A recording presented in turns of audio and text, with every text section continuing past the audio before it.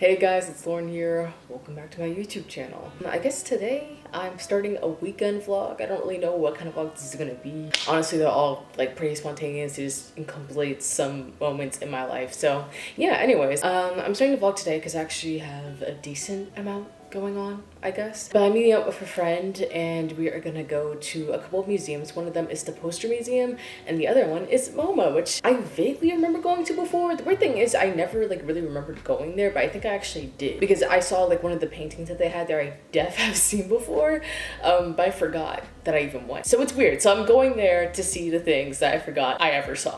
It's so strange how memory works. Anyways, I'm going to museums today and I'm also reading some pretty good books right now. So for one, I'm reading Between the World and Me by Ta-Nehisi Coates. It's a pretty short work of literature, obviously, that involves Ta-Nehisi Coates speaking to his son, basically, as if like he's writing a letter to him and talking about the racial issues in America and like how like certain things can be. One issue I kind of had in the beginning was the fact that I felt like this novel, but I felt like this book almost was written for the white audience, and I felt like a lot of things in the book I was already like aware of. So like in a way I was like, am I really like learning or gaining anything, or am I like not the actual audience? But there's some moments that like pull through. It's just like right now I'm considering giving it like a 3.5 to 4, which I'm kind of disappointed by because it's highly recommended, but it just like to me personally I felt like it just talks about issues in a way that like isn't meant for someone who's already like aware of the issues, obviously, because like when you're moving through the world black, like you're aware of the shit he's already talking about. But I think this came out in 2014. It probably like affected people a lot back then, so I think it is a very important work of literature. I'm just not sure if it's as powerful for me considering who I am and how I already moved through the world. So it's like I already know what's between the world and me in some ways, but I find like really interesting for one the way he includes pictures. I'm enjoying learning about Ta-Nehisi Coates because I find him to be an interesting person. He writes comics, fiction, and obviously works with nonfiction, and he just writes articles and he writes a lot of different fun things, and I enjoy that about his work and about his I don't know what you call it,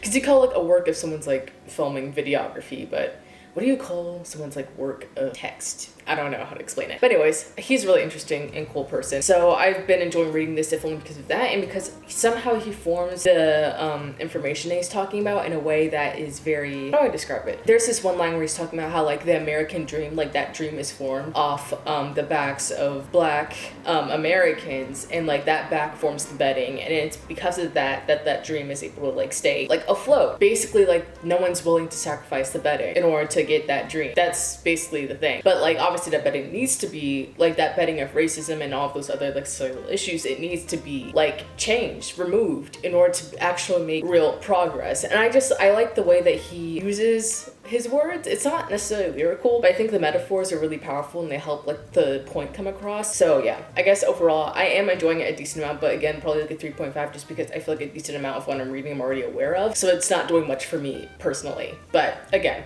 pretty good work of literature. And the other thing I'm reading is this YA book that was doing rounds a couple years ago. Was it literally just last year? My sense of time has been whacked since 2020. I'm so sorry. But I'm reading Ray Bear by Jordan Ifuku. Is it Ifuku or Ifuku? I don't know, man. But I fucking... Bro, this book... Okay, let's talk about it. Because like, first of all, I annotate. That's when you know shit is real. I annotate this bitch.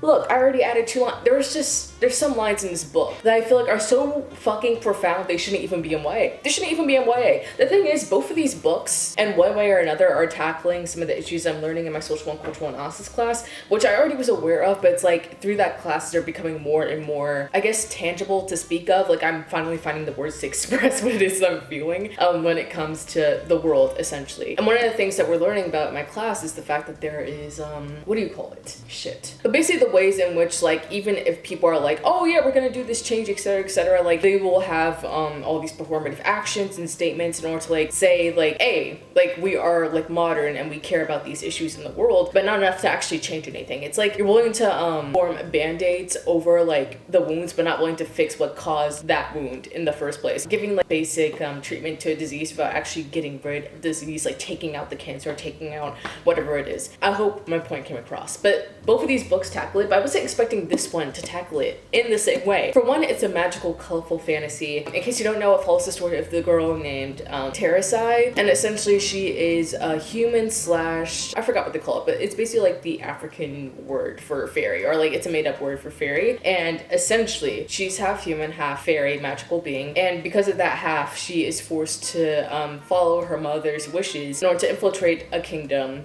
and kill the prince in order to gain power in some way or form. But it's a really cool book, and it's honestly exceeding my expectations. I already knew it was good, but did I know I would feel so much already? No, I didn't fucking know that. This book is insane. It has really good imagery. It's a really colorful world. It's really fucking twisted. Like this character's childhood is fucking just trauma, but she's still like remarkably innocent, and her fucking like ideas for the world are insane, and they're so fucking good. There's like certain scenes within this book where she like questions like a certain structure, like why aren't we doing this, etc., etc., etc. And I'm probably explaining this in a way that's not overly like doing this book justice, but she asks a question about like the world that like you're not necessarily supposed to talk about, despite the fact that like this kingdom is supposed to be a kingdom of peace and prosperity, etc. But they don't like listen to what the people are asking for. They ignore the problems festering within society. They don't seek to fix any of those illnesses, so to speak, that like they will put band-aids over the wound and like do performative acts, but not actually fix that thing that is going on. And this book does just a really good job of portraying that, and this is an amazing book. I'd highly recommend picking this up. It's YA, but it's like some YA I read and I'm just like, this is too YA for me. Like it feels like it's too young almost, which is weird because I feel like I would still pick up like children's book in middle grade, but it's like sometimes a book can't go beyond the original target audience, right? This is one of those books I think can go beyond the original target audience, even though I technically am still an adult. Obviously I'm 19. But I feel like when people think YA, they're like, oh, 18 to like 12 or something. I don't really know the criteria. I kind of ignore those little abstracts, but the thing is like this book's really powerful. I like the characters a lot, I like the world, and I like the message that's coming through so far. And also it kind of like peeks into like the dangers of forgetting your history. Hello? This is so good. So would highly recommend it. But anyways, I wasn't expecting to enjoy the books I was reading so much going into this, so it's kind of become me just like gushing about books in the beginning of this vlog. But like I said before, I'm going to museums. Yesterday I spent a decent amount of time at a cafe, and also just like in general like working.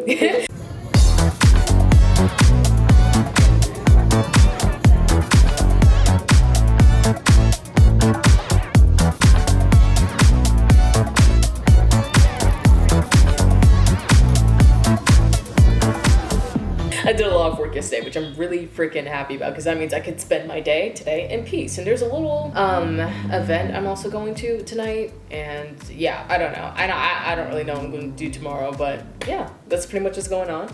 Check out these books, like I said before, and I will eventually get ready to go. I'm doing my laundry right now, and it's always a pain in the ass.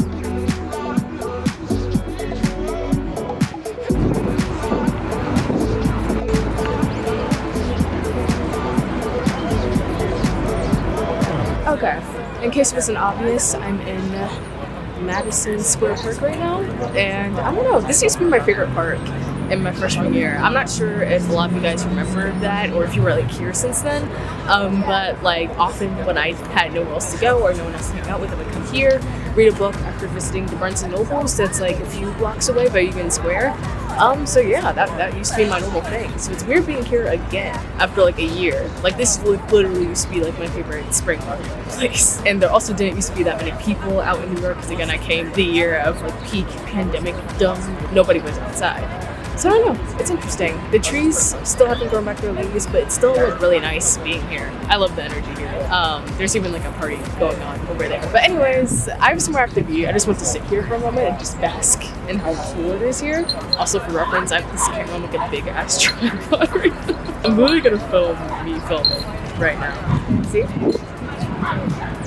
On a big ass camera right now. And it's a little weird, but we're bearing with it. But anyways, we are here. I'm gonna get a move on, but I'm just gonna chill here for a second.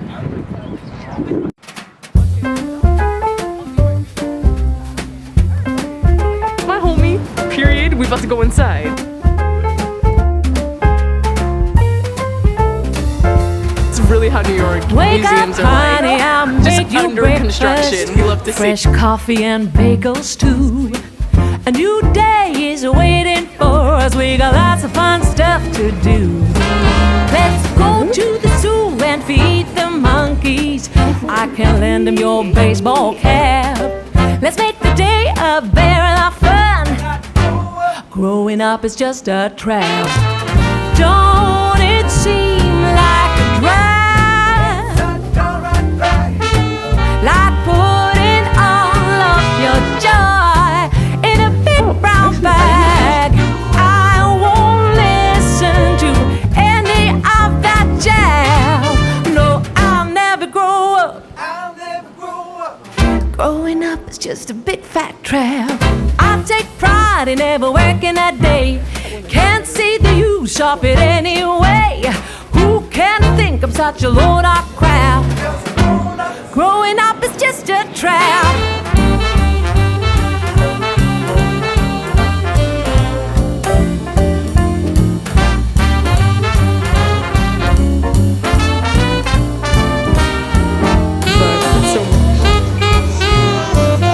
Pizza boxes. I literally love them so much.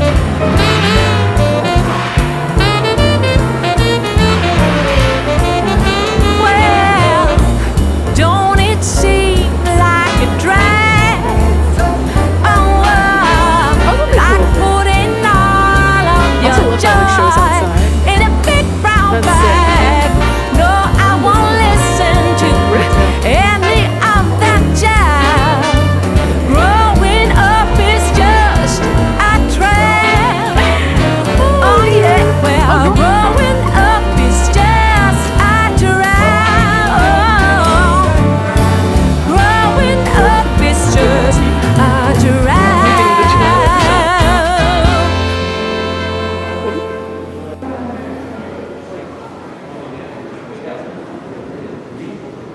Is he gonna play anything or what's going on here?